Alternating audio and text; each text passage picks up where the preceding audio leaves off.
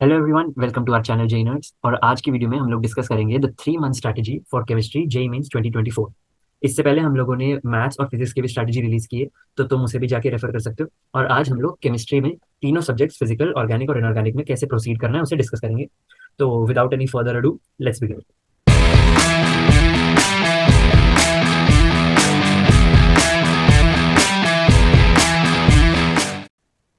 तो स्टार्ट करते हैं। Before moving to physical, organic या इनऑर्गेनिक स्पेसिफिकली, यहाँ पे मैंने 5 कुछ क्विक पॉइंट्स रखे हैं जो मैं तुमसे डिस्कस करना चाहूंगा। Number 1, chemistry is easier to score more marks in less time. Chemistry में ना बहुत सारे क्वेश्चंस तुम लोग देखोगे 25 में से जो तुमने करने होते हैं। क्वेश्चंस तुमको या तो आते हैं या तुम्हें नहीं आते, या फिर तुम उसके ऊपर 30-45 सेकंड स्पेंड करके तुम उसका आंसर निकाल सकते हो। फिजिक्स की तरह नहीं है या मैथ्स की तरह नहीं है कि तुम उस समय सोचोगे और तुम लोग उस समय आंसर फाइंड कर लोगे। तो तुम्हारा उसमें टाइम बचता है और इजीली तुम लोग वहां पे 4 मार्क्स स्कोर कर सकते हो। Secondly, ultra depth questions are not necessary for JEE mains, though shouldn't be avoided if you have time. तो मेंस में chemistry through out the years, not just 2023, through out the years moderate से easy level, कभी कभी एक दो questions moderate से tough level के बीच में आ जाते हैं, वो भी एक दो शिफ्ट में एक दो क्वेश्चंस ही आते हैं। तो इतना डेप्थ में पढ़ने की जरूरत नहीं है। ओनली इफ तुम्हारे पास अगर टाइम है तो अवॉइड मत करो, बिकॉज जितना तुम डेप्थ में पढ़ोगे उतना ही तुम्हारा स्कोर बूस्ट होगा। Point number 3, syllabus coverage is important. Some easy questions from tougher chapters can help you to score more. हमने कोशिश करनी है कि जितना ज्यादा हम लोग सिलेबस कवर कर सकें कर लें, बिकॉज कुछ टॉपिक्स हैं, कुछ चैप्टर्स हैं जो बहुत डिफिकल्ट हैं। जैसे मुझे इलेक्ट्रोकेमिस्ट्री बहुत डिफिकल्ट लगता था, बिकॉज आयनिक इक्विलिब्रियम भी मेरा स्ट्रांग नहीं था। तो मैंने उस केस में क्या किया था, मैंने ऊपर ऊपर से इलेक्ट्रोकेमिस्ट्री पढ़ लिया था और एक बहुत ईजी क्वेश्चन मेरी शिफ्ट में आ गया था, तो मैंने उसके अंदर 4 मार्क्स स्कोर कर लिए थे। तो एक बेसिक नॉलेज हर चैप्टर की, हर टॉपिक की ले लो, ताकि अगर कुछ ईजी उसमें से आ जाए तो तुम उस पर मार्क्स लूज ना करो।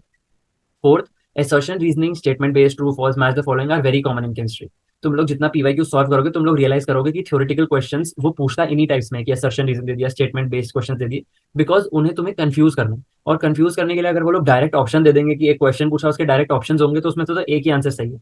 वो तुमको फंसाएंगे इसी चीज में कि असर्शन रीजन दे दिया है, reason is the correct explanation, या बोथ स्टेटमेंट्स ट्रू है या एक ही स्टेटमेंट ट्रू है। तो उन जगहों पे तुम लोगों की थ्योरी बहुत स्ट्रांग होनी चाहिए। Last point, physical chemistry usually asked in numerical section. Questions are easy to moderate. They require fast and precise calculation skills.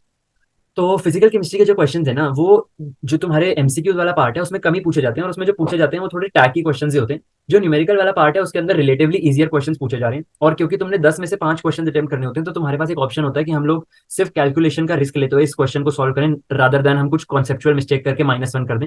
Because of numerical question में भी लास्ट ईयर नेगेटिव मार्किंग थी। इस साल जो भी पैटर्न होगा उस हिसाब से हमें अडाप्ट करना पड़ेगा। बट फिजिकल केमिस्ट्री न्यूमेरिकल में रिलेटिवली इजियर होती है। वो बस डिमांड करती है कि कैलकुलेशन स्किल्स हमारी अच्छी हो, बिकॉज वो प्रिसाइज वैल्यू उनको चाहिए होती है। उनको ये नहीं है कि तुमने राउंड ऑफ करके वैल्यूज कैलकुलेट करी और उनकी रेंज में नहीं आई तो वो -1 कर देते हैं। अब फिजिकल केमिस्ट्री के साथ स्टार्ट करते हैं। Number 1, stick to basics. ये सिर्फ फिजिकल के लिए नहीं, ऑर्गेनिक, इनऑर्गेनिक, इवन फिजिक्स और मैथ्स के लिए भी ये याद रखो, स्टिक टू बेसिक्स। जितने तुम्हारे बेसिक्स स्ट्रांग होंगे उतना ही तुम आगे के चैप्टर्स में या जब भी क्वेश्चंस डेप्थ में पूछे होंगे तो तुम बेसिक्स के थ्रू ही उनको सॉल्व कर पाओगे। अगर बेसिक्स स्ट्रांग नहीं होंगे तो आगे की कोई भी चीज समझ नहीं आएगी। So for physics, for physical chemistry, start with stoichiometry. जो वो मोल कॉन्सेप्ट वाले पार्ट है, जो स्टोइशियोमेट्री वाला पार्ट है, उसको सॉल्व करो। Then point number 2, move on to chapters like atomic structure, chemical equilibrium, chemical kinetics. जब एक बार स्टोइशियोमेट्री स्ट्रांग हो जाएगी फिर तुम इन टॉपिक्स पे जा सकते हो। ये है कि ये चैप्टर्स रिलेटिवली इजियर हैं बाकी फिजिकल के चैप्टर्स से, तो इन्हें रेफर करो उसके बाद। Third, keep revising chapters like solid state, surface chemistry, because या तो इन चैप्टर से डायरेक्ट थ्योरी बेस्ड क्वेश्चन आएगा या फिर डायरेक्ट फॉर्मुला एप्लीकेशन क्वेश्चन आएंगे। हमारे टाइम पे भी सॉलिड स्टेट से बहुत इजी क्वेश्चन आए थे। वो डेंसिटी ऑफ सॉलिड आ गया था, तो डेंसिटी ऑफ सॉलिड का डायरेक्ट फॉर्मुला है, उसमें वो सारी वैल्यूज पुट करेंगे और डायरेक्ट आंसर आ जाएगा। तो या तो डायरेक्ट फॉर्मुला एप्लीकेशन आएगी या फिर कंप्लीट थ्योरी बेस्ड क्वेश्चन आएगा।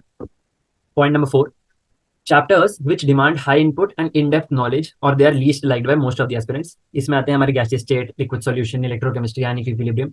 ये सारे वो चैप्टर्स हैं जिनमें इनपुट भी बहुत ज्यादा देना पड़ता है, इनकी नॉलेज भी इन डेप्थ चाहिए होती है, बिकॉज इनसे क्वेश्चन थोड़े टफर साइड पे आ जाते हैं। एंड ये बहुत सारे एस्पिरेंट्स को इस वजह से मुश्किल भी लगता है, पसंद भी नहीं है। तो ये चैप्टर्स मैं रिकमेंड करूंगा तुम लास्ट में करना। बट ये वाली चीज ना रिलेटिव है, जिन बच्चों की केमिस्ट्री स्ट्रांग है, जिनको चैप्टर्स अच्छे लगते हैं, वो इनको पहले भी कर सकते हैं। इसके अंदर मैंने एक स्टार मार्क करके एक पॉइंट लिखा है that these chapters came very easy in 2023, but again 2023 is not a benchmark. हमारे ईयर में जैसे इलेक्ट्रोकेमिस्ट्री का मैंने तुम्हें एग्जांपल दिया, डायरेक्ट फॉर्मुला बेस्ड क्वेश्चन आया था। लिक्विड सॉल्यूशन से डायरेक्ट फॉर्मुला बेस्ड क्वेश्चन आया था, ये बहुत ईजी आ गए थे। बट अगेन 2023 को हम बेंचमार्क नहीं मानेंगे फिजिकल केमिस्ट्री के लिए तो specially. Now the question is कि इसकी प्रैक्टिस कैसे करें, क्वेश्चन सॉल्व कहाँ करें। तो हमने लास्ट 3 ईयर्स के पीवाईक्यू सॉल्व करने। By last 3 years I mean 2022, 21 and 20, फिर 2023 करना है, पहले 2023 नहीं करना। And important tip, make sure no use of calculator, because paper में कैलकुलेटर नहीं है, हमें वहीं पे फास्ट कैलकुलेशन और प्रिसाइज कैलकुलेशन करनी पड़ेगी। दो बहुत ज्यादा, जब हम क्वेश्चन सॉल्व कर रहे होते हैं, जब हम डीपीवीज लगा रहे होते हैं, तो इतने सारे क्वेश्चंस में बैठ बैठ के टाइम लगता है हमें सॉल्व करने में, कैलकुलेट करने में। तो तुम एक दो क्वेश्चन के लिए कैलकुलेटर यूज कर सकते हो, बट कोशिश करो कैलकुलेटर यूज करने की आदत धीरे धीरे कम कर दो। अब हम फटाफट ऑर्गेनिक की तरफ चलते हैं। Point number 1, again stick to basics. Organic में हमने जीओसी को स्ट्रॉन्ग करना है, हाइड्रोकार्बन को स्ट्रॉन्ग करना है, बिकॉज वो 12th की ऑर्गेनिक केमिस्ट्री में बहुत यूज है उसका। जीओसी और हाइड्रोकार्बन तुम्हारा जितना स्ट्रॉन्ग होगा, उतना ही तुम्हारे आगे के कॉन्सेप्ट बिल्ड होंगे आसानी से। जब तुम SN1 SN2 रिएक्शंस पढ़ते हो, और जब तुम आगे जाके हेलो एल्कीन के अंदर ये रिएक्शंस देखोगे, तो तुम्हें इनकी सेंस समझ आएगी, रादर देन कि बस रट्टा मारना, और ऑर्गेनिक में रट्टा नहीं मारा जा सकता। Second, then move on to 12th organic chapters, और ये सीरीज में ही करना, जैसे एनसीईआरटी में सीरीज दे रखी है ना, हैलोजन, फिर अल्कोहल्स, फिर एल्डिहाइड, कीटोन, कार्बोक्सिलिक एसिड और अमीन्स। इसी फ्लो में चलते रहो, बिकॉज ये चैप्टर्स तुम लोग नोटिस करोगे पढ़ते हुए कि ये इसी फ्लो में बहुत सारे चैप्टर जो तुम हेलो एल्कीन में पढ़ोगे, वो आगे अल्कोहल में रिपीट होंगे, फिर वो आगे कार्बोक्सिलिक एसिड में रिपीट होंगे, and so on.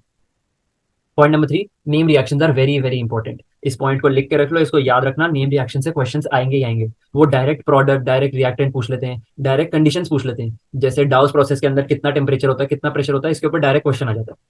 Fourth point, मैंने एक शॉर्ट नोट्स बनाने वाली वीडियो बनाई थी मैंने 10 मिनट की। उसके अंदर मैंने तुम्हें बताया था कि ऑर्गेनिक केमिस्ट्री को कैसे पढ़ना है। ऑर्गेनिक इतना वास्ट सब्जेक्ट है कि हम लोग पढ़ने पलट के सारी चीजें रिवाइज नहीं कर सकते, तो हमें शॉर्ट नोट्स को बनाना पड़ेगा ऑर्गेनिक के लिए। और ऑर्गेनिक के शॉर्ट नोट्स कैसे बनाने, वो यहाँ कहीं वीडियो आ रही होगी, तुम उसको रेफर करो, और उसके अंदर से फटाफट वो टाइम स्टैम्प पे जाओ, वहां पे देखो कि ऑर्गेनिक के शॉर्ट नोट्स कैसे बनाने हैं फ्लो चार्ट की फॉर्म में।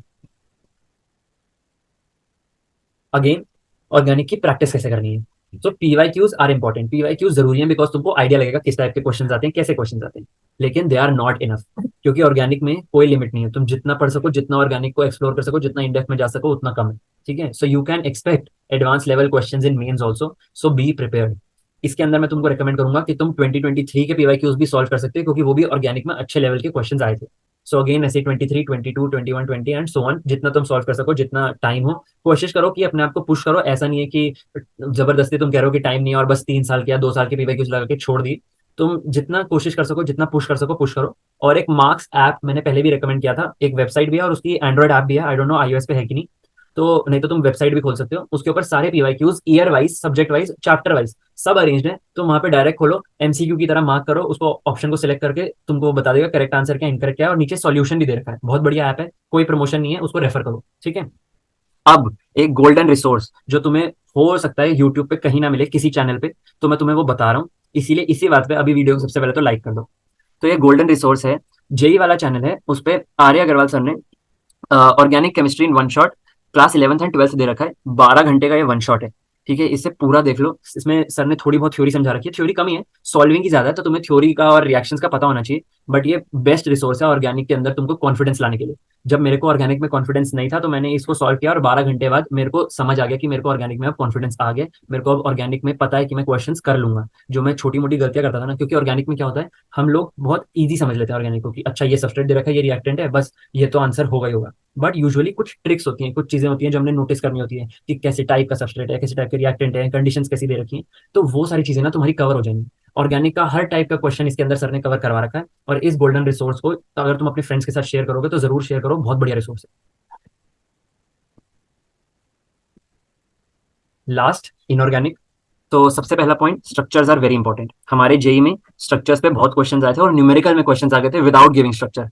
पूछ रखा था कि पैरासीटामोल में ऑक्सीजन कितने हैं, शायद नाइट्रोजन कितने हैं, ऐसा क्वेश्चन पूछ रखा था। उन्होंने पैरासीटामोल का स्ट्रक्चर भी नहीं दिया और ऑप्शंस भी नहीं थे, न्यूमेरिकल क्वेश्चन था। तो तुम लोग सोच लो किस लेवल का क्वेश्चन एनटीए तुमसे पूछ रहा है। तो इसीलिए स्ट्रक्चर्स बहुत इंपॉर्टेंट है, स्पेशली ये जो पी ब्लॉक वाले स्ट्रक्चर्स हैं, या फिर ये जो चैप्टर्स है केमिस्ट्री इन एवरीडे लाइफ वगैरह, जिनमें प्रॉपर स्ट्रक्चर्स दे रखे हैं एनसीईआरटी में। एनसीईआरटी वाले स्ट्रक्चर्स तो तुमको याद होने चाहिए। पॉइंट नंबर 2, हमारे पास ना बहुत सारे अपने शॉर्ट नोट्स, अपने नोट्स, अपने निमोनिक्स, अपनी ट्रिक्स सब पड़ा हुआ है, लेकिन और वो हम तुम्हारे साथ शेयर करना भी चाहते हैं, लेकिन हमें चाहिए कि तुम उसका रिस्पॉन्स अच्छे से दो। हमने तुम्हारे लिए निमोनिक्स वाली एक वीडियो बनाई, जिसके अंदर हमने केमिस्ट्री इन एवरीडे लाइफ को कवर किया, बट ज्यादा बच्चों का उस पर रिस्पॉन्स नहीं आया, किसी ने उसको शेयर नहीं किया, लाइक नहीं किया, और बहुत मेहनत से हमने वो वीडियो बनाई थी। तो अगर तुमको वैसा रिसोर्स चाहिए, तो पहले तो उस वीडियो को जाके लाइक करो, उस वीडियो को अच्छे से देखो, समझो, क्योंकि वो बहुत इंपॉर्टेंट वीडियो है। अपने फ्रेंड्स के साथ शेयर करो, बहुत लोगों को हेल्प करेगी, बिकॉज हमारे लिए बहुत हेल्पफुल थे वो निमोनिक्स।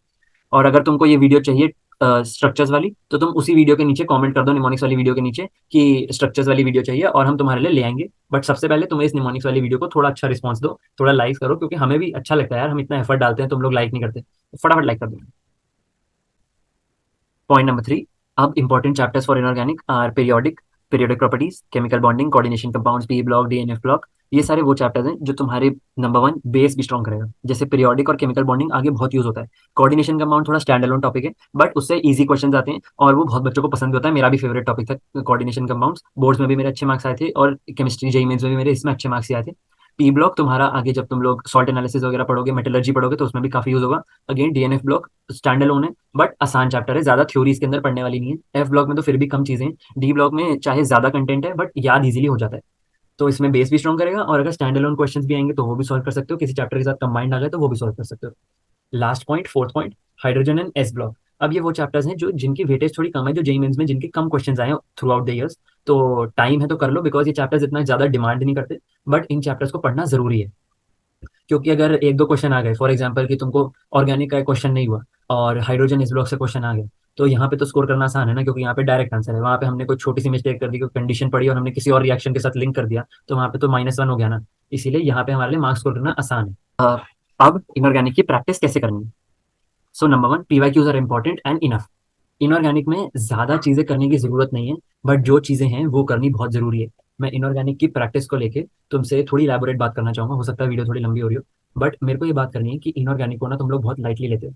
वो तुमने इंटरनेट पे बहुत ज्यादा सुना होगा, एक 75-25 रूल होता है, जिसके अंदर 75% टाइम तुमको अपना थ्योरी में देना होता है और 25% टाइम तुमने अपना क्वेश्चन को देना होता है, लेकिन तुम दे रहे होते हो 10% टाइम। तुम्हें लगता है एनसीईआरटी पढ़ लेंगे, नोट्स पढ़ लेंगे, इनऑर्गेनिक तो हो गई, क्वेश्चन आएंगे कर देंगे। बट मैंने ये देख लिया अपने एक्सपीरियंस से, तुम्हें बता रहा हूँ कि ज्यादातर इनऑर्गेनिक ना तुम क्वेश्चंस देख के याद कर पाओगे। जैसे फॉर एग्जांपल तुमने डीपीपी सॉल्व की, क्वेश्चन देखा, मार्क किया और तुम्हारा गलत हो गया। उसके बाद तुमने एक दूसरा क्वेश्चन किया, लेट्स से पीवाईक्यू सॉल्व कर रहे हो, वो क्वेश्चन फिर से आ गया, तुमने उसके अंदर टिक किया, तुम्हें गलत हो गया, बट तुम्हें याद आया डीपीपी में भी ऐसा क्वेश्चन था, पीवाईक्यू में भी क्वेश्चन आया, यानी कि ये क्वेश्चन इंपॉर्टेंट है, मेरे को याद रखना है। अब लेट्स से तुम लोग 2 महीने बाद कोई मॉक टेस्ट दोगे ना, अगर तुमने वो चीज पढ़ी भी नहीं है लेकिन मॉक टेस्ट में वो क्वेश्चन आ गया, तो तुम्हें याद रहेगा, क्योंकि तुम वो चीज पहले गलत कर चुके हो। इनऑर्गेनिक में ना बहुत सारे बच्चों के साथ मैंने देखा है, मेरे साथ भी होता था, हमारा एक विड्रॉल वाला एटीट्यूड होता है। जब हम लोग इनऑर्गेनिक पढ़ के खत्म करते हैं, हम लोग क्वेश्चंस पे आते हैं, टिक टिक टिक टिक मारते जाते हैं, क्वेश्चन ठीक होते जाते हैं, फिर लगातार 3-4 क्वेश्चन गलत हो जाते हैं, और फिर हमें लगता है कि ये जो 1 घंटा पहले मैंने पढ़ा उसका कोई यूज नहीं है, किताब बंद करता हूँ, फिर से पढ़ूंगा, हो सकता है मैं कुछ भूल गया हूँ। अगर तुम इनऑर्गेनिक पढ़ते ही क्वेश्चन सॉल्विंग पे आ गए हो तो मत करो, बिकॉज तुम्हारी उस समय की मेमोरी इसके अंदर लग रही है। हमें चाहिए कि इनऑर्गेनिक की जो मेमोरी है वो सस्टेन्ड रहे, तुम 2 महीने बाद भी उस क्वेश्चन को लगाने जाओ तो तुम्हें वो फैक्ट याद हो। सेकेंडली, इसके अंदर पीवाईक्यू सॉल्व करने का एक इंपॉर्टेंट ये भी रहता है कि जब तुम एनसीईआरटी पढ़ते हो ना, कुछ लोग तो हैं, आधे से ज्यादा लोग तो हैं जो एनसीईआरटी पढ़ ही नहीं रहे। जो पढ़ भी रहे हैं ना, उनके लिए बहुत डिफिकल्ट है कि हर लाइन में से एक एक फैक्ट याद रखना। लेकिन जो पेपर सेटर है, उसको पता है कि ये लाइन इंपॉर्टेंट है, मेरे को यहाँ से क्वेश्चन बना के देना है, तो वो वहीं से उठा के तुम्हारे डीपीपी में डाल देगा। हर इंस्टीट्यूट का पैकेज बहुत अच्छा है, हर इंस्टीट्यूट का लेवल बहुत अच्छा है क्वेश्चन बनाने का, तो उसका कोई डाउट नहीं है। किसी भी इंस्टीट्यूट के तुम क्वेश्चन उठा के देख लो, बहुत सिमिलर पैटर्न पे बने होते हैं, सबको पता है कि एनसीईआरटी में से ये लाइन इंपॉर्टेंट है, और बहुत सारों के तो पीवाईक्यू से रिलेटेड पैटर्न होता है। तो पेपर सेटर को पता है कि ये लाइन इंपॉर्टेंट है, उसने उठा के क्वेश्चन इनऑर्गेनिक में दे दिया।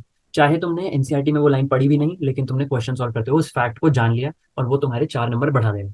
ठीक है, सिर्फ थ्योरी पढ़ने से कुछ नहीं होगा, पीवाईक्यू सॉल्व करो, क्वेश्चन सॉल्व करो, इनऑर्गेनिक में भी प्रॉब्लम सॉल्विंग को टाइम दो। अगेन, इनऑर्गेनिक 2023 में भी अच्छा लेवल आया था, तो उसको भी तुम रेफर कर सकते हो। Again 23, 22, 21, 20 and so on, PYQ solve करते जाओ। ठीक है, आई थिंक स्लाइड यहाँ पे एंड है, तो यहाँ पे वीडियो को एंड करते हैं। इसमें कोई भी दिक्कत हो केमिस्ट्री के अंदर तो कमेंट्स में मेंशन कर देना।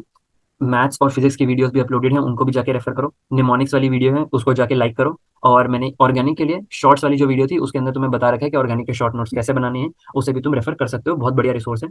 और जैसे मैंने तुम्हें आज ये गोल्डन रिसोर्स दिया, हम तुम्हें और ऐसे ऐसे बहुत अच्छे रिसोर्स दे सकते हैं। वी ओनली वांट कि तुम अच्छा रिस्पॉन्स दो वीडियो पे। ठीक है, बाकी पढ़ाई करते रहो, keep studying, keep practising. This is Tejal Minocha signing off, bye bye.